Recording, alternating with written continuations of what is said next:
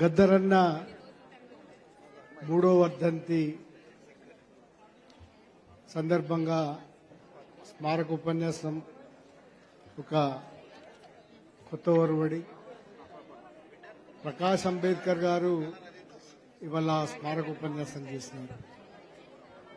నిజానికి గద్దరన్న వారసత్వాన్ని కొనసాగించడం అంటే ఆయన చివరి పాటలో దండం పెడతాను నీ పక్కనే నేను ఆయన చివరి పాటలో కోరుకున్నట్టుగా జ్ఞాపకాలు స్మృతులే కాకుండా ఆయన చారిత్రక వారసత్వాన్ని భద్రపరచాల్సి ఉన్నది. ప్రభుత్వం హామీ పడ్డది కానీ ఇప్పటివరకు ఏదీ చేయలేదు. స్మృతివనం కట్టిస్తా అన్నది స్మృతివనానికి భూమి కేటాయించలేదు. ఆ తర్వాత ఒక మ్యూజియం లాంటిది ఏర్పాటు చేస్తా అన్నది అది చేయలేదు. ఇప్పటికున్న అంబేద్కర్ విగ్రహం దగ్గర అది ఫోటోలు దిగడానికి చాలా మంది చూస్తున్నారు తప్ప అక్కడ ఉన్న మ్యూజియంను కూడా ఏర్పాటు చేయలేదు. ఈ నిర్లక్ష్యం అనేది గద్దర్ పట్ల మంచిది కాదు. ఎందుకంటే గద్దరన్న ఇంతకుముందు అన్నట్టుగానే చివరిలో ఒక నిరసనకారుడిగా మార్పుకు ఉపయోగపడ్డ మనిషి. అది గుర్తించి అవార్డులు పెట్టినారు, మిగతా విషయాలన్నీ చేసినారు తప్ప ఇది ఒక్కటి చేయలేదు. ప్రభుత్వాన్ని గద్దర్ ఫౌండేషన్ తరఫున ఇప్పటికైనా స్మృతివనం, మ్యూజియం ఏవైతే హామీలు పడ్డారో, ఏమైతే అడిగినారో అవన్నీ ఇవ్వాలని ఇక్కడి నుంచి వేదిక నుంచి విజ్ఞప్తి చేస్తున్నాం. గద్దరన్న తెలంగాణ కోసం పోరాడినవాడు, తెలంగాణ అస్తిత్వాన్ని నిలబెట్టినవాడు. కానీ మీకు తెలుసా, ఇప్పుడు జరుగుతున్న పరిణామాలన్నీ తెలంగాణ అస్తిత్వానికి వ్యతిరేకంగా జరుగుతున్నాయి. మీరు గమనిస్తుంటే అమ్మా మీరు అటు నేను ఇటు, మీకు ఒక చిన్న విషయం చెప్పాలి.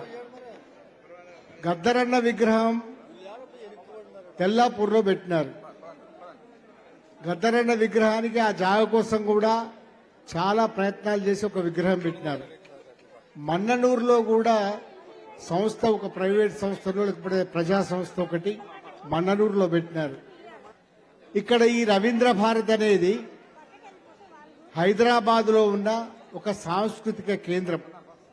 ఈ సాంస్కృతిక కేంద్రంలో గద్దరన్న విగ్రహం పెడితే తెలంగాణ సంస్కృతికి ఒక చిహ్నంగా ఉండే అవకాశం ఉంది. కానీ దురదృష్టవశాత్తు గద్దరన్న చనిపోయి 3 సంవత్సరాలైంది. మధ్యలో ఒక గాయకుని విగ్రహం అక్కడ ఉంది. ఏంది ఇది తెలంగాణలో? తెలంగాణ వచ్చినట్టేనా? వచ్చినప్పుడు ఒక గాయకుని విగ్రహం ఉన్నప్పుడు మా గద్దరన్న దేనికి తక్కువ? మా గద్దరన్న కదా తెలంగాణకు సంబంధించిన సంస్కృతి, తెలంగాణకు సంబంధించిన అస్తిత్వం మా గద్దరన్న కదా. తెలంగాణ సాంస్కృతిక కేంద్రంలో రవీంద్ర భారతిలో గద్దరన్న విగ్రహం ఉండాలి కదా. ఎవరి విగ్రహం ఉన్నది మనమందరం చూసుకుంటూ ఉన్నాం. మధ్యలో ఇంకొక విగ్రహం వచ్చింది. మైత్రివనం దగ్గర ఎన్టీ రామారావు విగ్రహం వచ్చింది. ఈ 2 విగ్రహాలు చూస్తూ ఉన్నాం మనం. ఎన్టీ రామారావు తెలంగాణ అస్తిత్వానికి సింబల్ కాదు. ఇంకొక విగ్రహం ఇక్కడ ఉన్న బాలసుబ్రహ్మణ్యం కూడా అస్తిత్వానికి సింబల్ కాదు. ఆయన గాయకుడు కావచ్చు, పెద్దవాడు కావచ్చు, గౌరవిద్దాం. కానీ వాళ్ళు తెలంగాణకు సంబంధించిన అస్తిత్వ చిహ్నాలు కాదు. మన అస్తిత్వ చిహ్నం, మన సంస్కృతి చిహ్నం, తెలంగాణ కోసం కొట్లాడిన గద్దరన్న విగ్రహం తప్పనిసరిగా ఈ సాంస్కృతిక కేంద్రంలో పెట్టాలని మనం డిమాండ్ చేయాల్సి ఉన్నది. అస్తిత్వానికి ప్రమాదం వస్తున్న సూచనలు కనబడుతున్నాయి. మీకు ఇవన్నీ చెప్తున్నా అందుకోసమే. ఓదిక్కు ఈ విగ్రహం పెడతారు, ఆ విగ్రహాన్ని వద్దంటే ఊరుకోరు. ఓదిక్కు ఎన్టీ రామారావు విగ్రహం వద్దన్నా పెడతారు. ఎన్ని కచ్చడన్ని గాలిపోయినాయి రాజశేఖర రెడ్డి విగ్రహాలు, ఎన్టీ రామారావు విగ్రహాలు.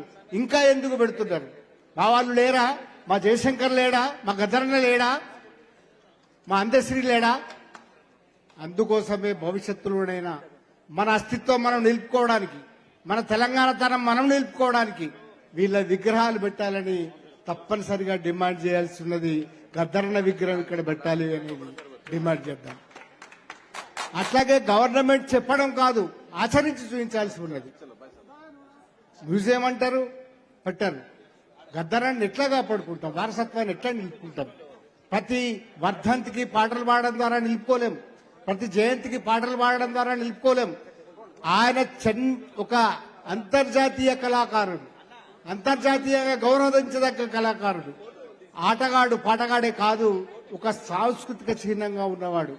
ఆయనను కాపాడుకోవాలన్నా, ఆయన సంస్కృతిని వారసత్వంగా నిలుపుకోవాలన్నా కూడా తప్పనిసరిగా ప్రభుత్వం హామీ ఇచ్చిన అన్ని కోరికల్ని నెరవేర్చాలని గద్దర్ ఫౌండేషన్ తరఫున కోరుకుంటూ సెలవు తీసుకుంటున్నాను. అమర్ హై గద్దర్ అన్న, జోహార్ గద్దర్ అన్న.